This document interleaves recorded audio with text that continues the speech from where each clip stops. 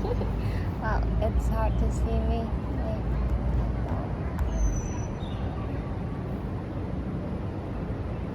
So, I just want to continue about what I didn't finish yesterday. And so today I want to talk about how silence can assist us in knowing our core.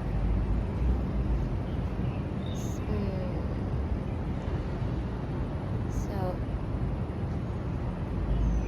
in the process of silence, however way you like, I was talking about meditation yesterday, but it doesn't have to be. Just within that time frame, when and where no distraction is occurring and you are paying really close attention to your mind, what comes through to you in that blank moment. It assists us into getting to know who we really are.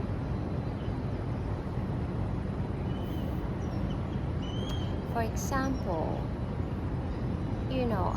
I talked about staying in the middle while being able to experience two extremes.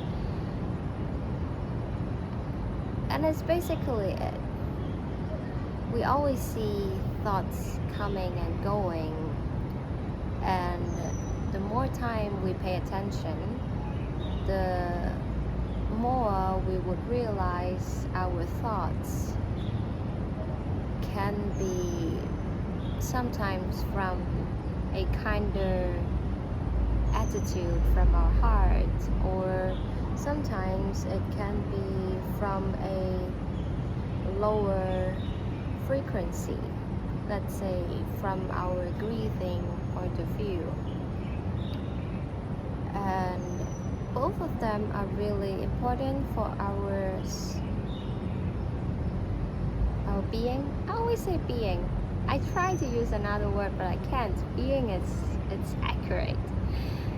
And so thoughts are just thoughts. Even if we have, you may say, good or bad thinking, they never defined us, and that's how we know where our core stands. Because human is very complex, and by knowing this whole complicated mixture, we can see through a lot of things. We can understand others' suffering, and we can see through people's desire. Yeah, but it's not about others today, it's about us. So silence helped me to understand my core, what I really value,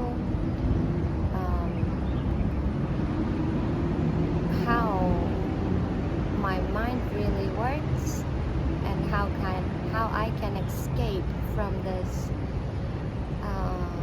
elusive cage that my mind created for me.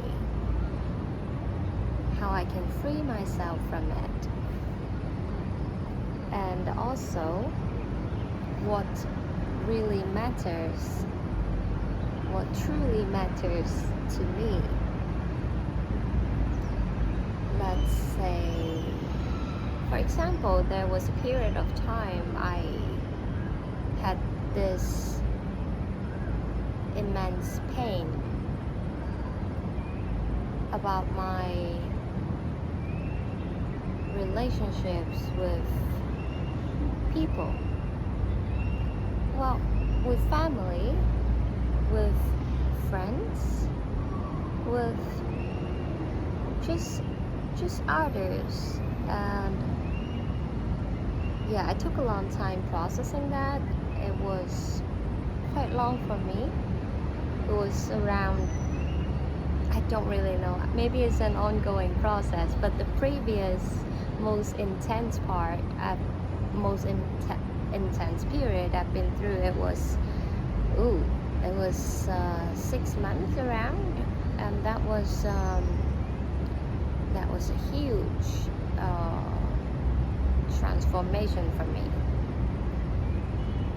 But I guess every day, as we are living our life continuously, time after time, there would be different kind of transformation we need to proceed, and certain issues would come up to us for us to transform. Well, going back to what matters, during that transformation period, I finally understand that the part that I grieve a lot is the part that really matter to me, because probably they are also part of what's forming my core. And family is a big part in it, like my core, because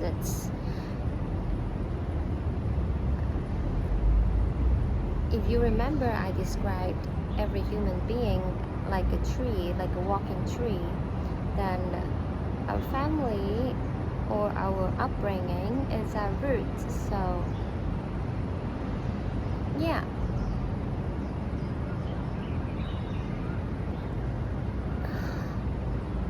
Oh my god, what am I getting myself into? And this topic is like, wow, it's like as big as the universe.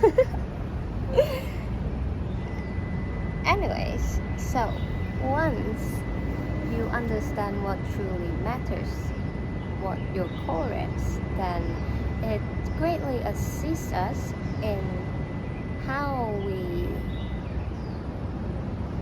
live our daily life. Because when we are having full control over our mind, then for example, let's say when we are talking to people, instead of reacting every statement with our emotions, how we can respond with a bigger perspective, how we can spare ourselves from trying to argue to defend us,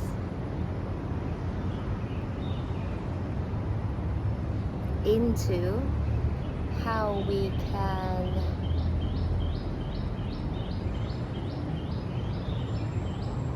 rotate, how do you say, switch, how we can switch the whole dynamic into what truly matters to us. And